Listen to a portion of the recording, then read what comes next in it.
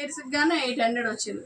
Third week మళ్ళీ ఇంకా 1600 వస్తుంది. ఎందుకంటే మన కింద మెంబర్స్ పెరుగుతున్నారు కదా. అంటే ఇప్పుడు మనం చెయ్యక్కర్లేదు, వాళ్ళ చేత మనం చేయించినా మనకి అమౌంట్ పడుతుంది. ఎస్, అదే రిఫరల్ అంటే. ఫాలోఅప్ అంటారు దాన్నే.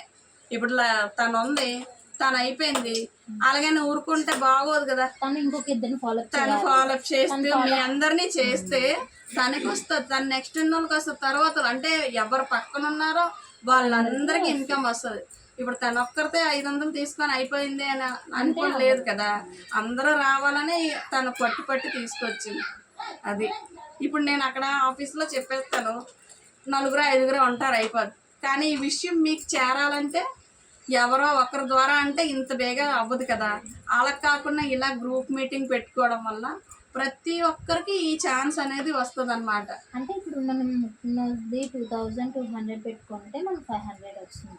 మీరు మాకు ప్లాన్ ఎలా చెప్పారో అలానే మేము ఇంకొక ఇద్దరికి చెప్పామనుకోండి, మాకు 400 వస్తుంది. వాళ్ళిద్దరు ఇంకొక ఇద్దరు చెప్పారనుకోండి, వీళ్ళకి వస్తుంది, నాకు వస్తుంది.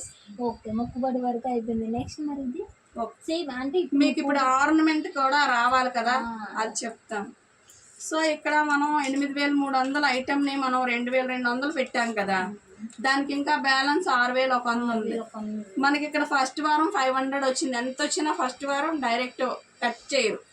సెకండ్ వీక్ నుంచి మనకి 800 వచ్చింది కదా, రెండో వారం 2 పేర్లు. అందులో నుంచి 50% ఆర్నమెంట్కి వెళ్తుంది.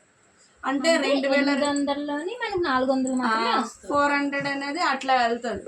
అలాగే థర్డ్ వీక్ ఫోర్త్ వీక్ వెళ్ళిన తర్వాత అమౌంట్ పెరిగే కొలిది అందులో సగం మాత్రమే వస్తుంది. మిగిలిన సగం ఆర్నమెంట్ ఎప్పుడైతే ఫుల్ఫిల్ అయిపోయిందో ఆర్నమెంట్ మనకి ఇంటికి పోస్టల్ ద్వారా వచ్చేస్తుంది.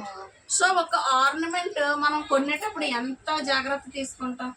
బిల్ కావాలి, జిఎస్టీ కావాలి, ఐజిఐ సర్టిఫికేట్ కావాలి, and also money back card కూడా ఇస్తున్నారు. ఐజిఐ సర్టిఫికేట్ అంటే ఇంటర్నేషనల్ జుమలాజికల్ ఇన్స్టిట్యూట్ వాళ్ళు ఇచ్చే సర్టిఫికేట్ అనమాట. అది ఉన్నదంటే అది ఒరిజినల్ డైమండ్, దాన్ని ఇంకా మనం వెతకడానికి లేదు. సో దాంతోపాటు మనీ బ్యాక్ కార్డు. ఇప్పుడు మనం ఒక ఫ్రిడ్జో టీవీయో కొన్నాం, పాడైపోయింది, బాబు కొత్తది ఇచ్చేస్తామంటే ఇస్తాడు ఎటువంటి ఇవ్వడు. కానీ అదే మనం ఇక్కడ ఐటెం తీసుకున్నాం, మనకి బాగుంది, నచ్చలేదు, లేదా మనకి రేపు పొద్దున్న ఏదో అవసరం, డబ్బులు పడ్డాయి, కావాలి, ఏం చేస్తాం, అది పట్టుకొని వెళ్తే అది వెంటనే కంపెనీకి బ్యాక్ చేసేస్తే మళ్ళీ మనం కొన్న అమౌంట్ ఎక్కడ రీచ్ అవ్వదు. మీ కంపెనీలోనే ఇవ్వచ్చా లేదంటే బయట అయినా తీసుకోవచ్చు. మీకు లలితకో జిఆర్టీకో వెళ్తే దానికి ఒక 13,000 ఇస్తారు. మనకు అది డైరెక్ట్ సెల్లింగ్ ద్వారా వస్తుంది కాబట్టి తక్కువలో వస్తుంది.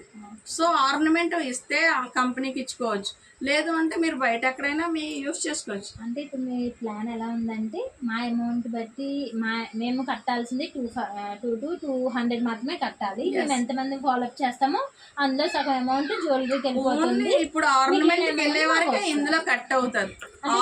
మనం కట్టాల్సిన ఉంది కాబట్టి మనం ఫోర్స్ అంటే పక్కన ఉన్న వాళ్ళకి చెప్పుకొని ఇప్పుడు మనం వేరే మాట్లాడుకునే బదులు మన కంపెనీ గురించి మాట్లాడుకుంటే మనకి డబ్బులు వస్తుంది.